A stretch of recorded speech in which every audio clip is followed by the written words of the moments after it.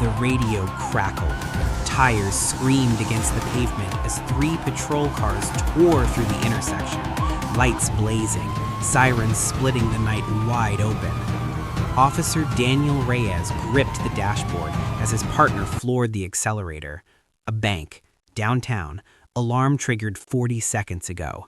They were close, less than 2 minutes out. They arrived in 90 seconds flat. And there was nothing. No shattered glass, no fleeing vehicle, no screaming hostages stumbling out the door. The bank stood exactly as it always did, quiet, sealed, ordinary, except that the vault was open, the money was gone, and the only sound in the building was the soft hum of the air conditioning. Reyes stepped inside, hand on his holster, eyes scanning every corner. His partner, Officer Malik Torres, walked straight to the vault and stopped cold. 40 million, Torres said quietly. Gone. Reyes looked at him. How? We were 2 minutes away. 2 minutes. Torres didn't answer, because there was no answer. Not yet. This was the 12th robbery in 3 months. 12 scenes, 12 empty rooms, 12 vaults, 12 armored transit routes, 12 retail cash deposits. The only common thread was the absence of one. They're professionals, her captain said, leaning in the doorway. Ex-special forces, private sector, that's the only explanation. Okonkwo shook her head slowly. No, professionals leave traces. These people leave nothing. That's not skill, that's something else. What else could it be? She pointed to a column on her board. Timestamps, dispatch logs, response times. Every single robbery happened within minutes of an emergency dispatch call. Every single one. Her captain frowned. That's normal. The alarm triggers, dispatch logs it, we respond. But we always arrive late. Not by much, just enough. And that's not coincidence, that's calculation. The room went quiet. Okonkwo had been chasing this for weeks. The pattern was subtle enough that no one else had caught it, but once she saw it, she couldn't unsee it. The robberies weren't happening in spite of police response, they were happening because of it, or rather because of how perfectly timed the response always was. That week, a task force was assembled. 6 investigators, 2 tech analysts, and direct access to the city's emergency communication infrastructure. They pulled every dispatch log from the past 3 months and laid them out chronologically. What they found made analyst Jerome Watts go pale. "Look at this," he said, pulling up a screen. "Every robbery, same thing. There's a dispatch call logged 2 to 4 minutes before the alarm at the actual target. Every time." Detective Okonkwo leaned over his shoulder. A fake dispatch call. Not just a fake one, a perfectly timed one. Look at the response times. The fake call pulls units in the opposite direction, creates just enough of a gap, and then the real alarm goes off. By the time anyone's rerouted, it's already over. Torres stood at the back of the room, arms folded. So someone made fake emergency calls. That's not new. That's a phone. That's what I thought. But these calls, they didn't come from phones. Everyone in the room turned to look at him. They came from inside the dispatch system. The silence that followed Jerome Watt's words lasted exactly 4 seconds before everyone started talking at once. Torres pushed forward. Okonkwo held up a hand. The room fell quiet again. "Say that again," she said, her voice steady but her eyes sharp. "The calls didn't originate externally," Watts repeated. "They were injected directly into the dispatch routing system. Someone with access to the back end created emergency log entries, fake calls that appeared legitimate, got prioritized, and pulled officers away from the actual targets. There were no civilians calling it in. There were no real emergencies. The calls were manufactured inside the system itself." Okonkwo sat back slowly. Her mind was running through implications she didn't want to say out loud. Torres said it for her. "Someone on the inside." "Or someone who used to be," Watts said. He pulled up another screen. I started tracing the dispatch IDs attached to these fake calls. Most of them cycle through different regional nodes, Pittsburgh, Atlanta, Detroit, but the pattern in the routing tags keeps repeating. It's like a signature. Whoever did this knew the system well enough to hide inside it, but not well enough to be completely invisible. Can you trace it back to a user account? Okonkwo asked. Already tried. The accounts were ghost profiles, created and deleted. But the routing signature? That's tied to a very specific configuration, one that was only used by IT contractors who worked on the dispatch infrastructure upgrade 18 months ago. Okonkwo stood up. She walked slowly to the window, staring out at the city below, and for a long moment she said nothing. Then, how many contractors had that access? Watts checked his screen. 14, but only 3 had access to the specific routing nodes that appear in all 12 incidents. 3 names. The task force ran background checks overnight. By morning, 2 of the 3 had been cleared. 1 was overseas, 1 had died 8 months earlier. That left 1 name. Marcus Dell. 34 years old, former emergency systems technician, laid off during budget cuts 14 months ago. No criminal record, no known associates, an address in a suburb 40 minutes outside the city. Okonkwo drove out herself. The house was ordinary. Neat lawn, curtains drawn, a truck parked in the driveway that had been recently detailed. She knocked once, twice, a third time.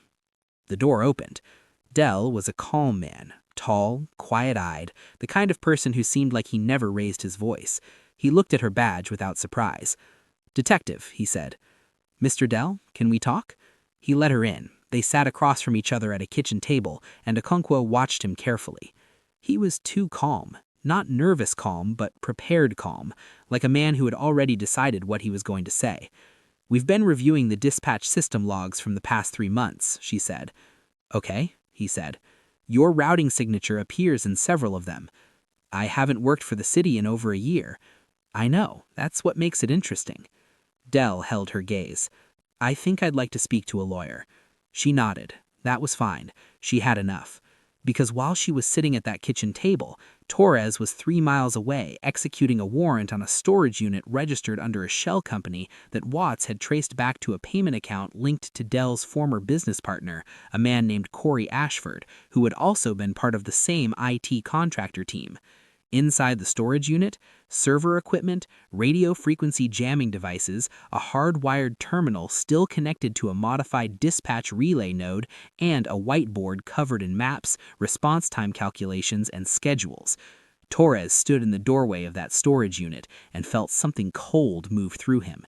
He called Okonkwo immediately. "Sarah, you need to see this." She stepped out of Dell's kitchen and drove straight there. When she walked in and looked at the whiteboard, she understood everything. Every robbery, mapped out in advance. Not just the targets, the police response, the routes, the average dispatch to arrival times for every district, the specific units that would be on duty. They hadn't just planned robberies, they planned the police. If you've made it this far, you already know this story is unlike anything you've seen before, and it only gets more unbelievable from here. Hit that like button so more people can find this video, and keep watching, because the ending will completely change how you think about this. Okonkwo stood in front of that whiteboard for a long time. When she finally spoke, her voice was low. "They didn't rob banks," she said. "They robbed the entire emergency response system." Torres nodded slowly beside her. Every time a call went out, they already knew where every unit would be, how long it would take to reroute, how many minutes they had. They engineered the window every single time. She turned to look at him. "How many people are we dealing with?" He pointed to a section of the whiteboard, a list of initials, roles, responsibilities. "At least 7. Dell handled system access. Ashford managed the jamming equipment. That's how the CCTV kept cutting out, by the way. Someone else handled the actual hits, and someone on this list was feeding them live updates during every operation." The arrests came fast once the threads started pulling. Marcus Dell was taken into custody the same afternoon Okonkwo left his kitchen. Corey Ashford was picked up at an airport 3 hours later, 1 bag packed, boarding pass in hand. Over the next 72 hours, 5 more individuals were arrested. former technicians, a former patrol dispatcher, and one man with no prior connection to the system at all, who turned out to be the operational lead on the ground during every robbery. 7 people. That was the entire network. But the final piece, the piece that unraveled the whole thing, didn't come from Okonkwo's investigation. It came from a rookie. Officer Priya Nair had been on the force for 8 months. She wasn't on the task force, she wasn't even supposed to be reviewing dispatch logs, but she had pulled them for a completely unrelated traffic incident report and noticed something no one else had flagged. She walked into the task force room and quietly placed a printed log sheet on Watts's desk.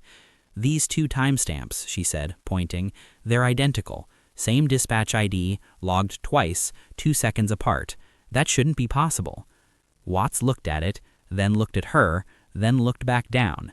"Where did you get this?" "Routine log pull," she said, "for a fender bender on Route 9. It showed up in the same batch." Watts grabbed it and started running comparisons.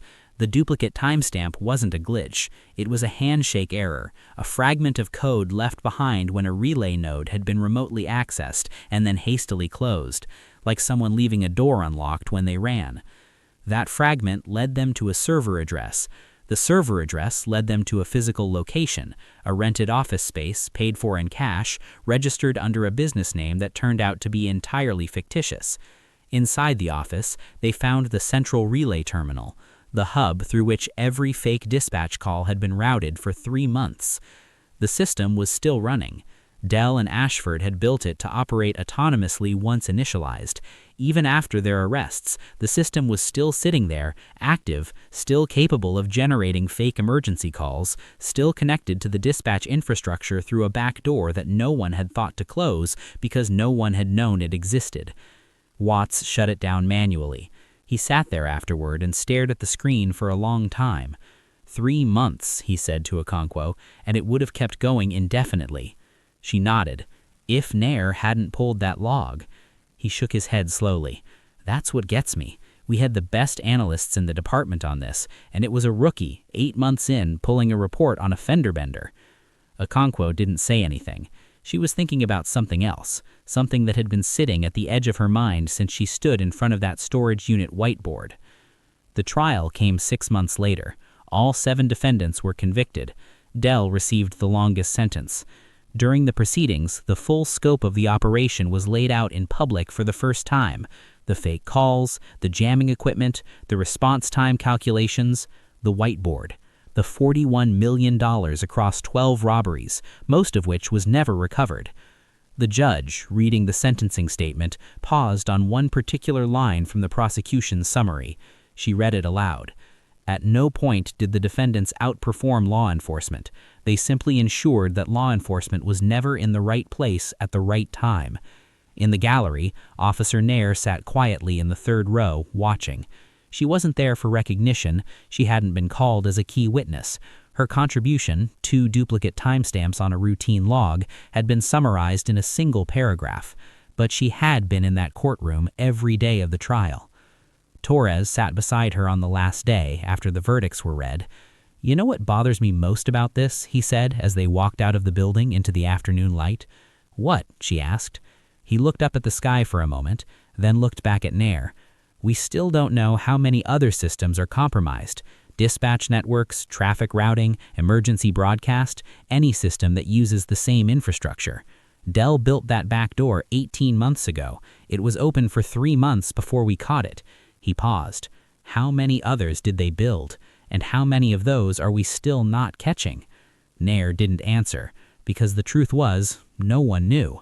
Back at the precinct, Okonkwo closed the case file, filed it, and set it on the completed shelf. Then she sat back in her chair and thought about what Torres had said. He was right.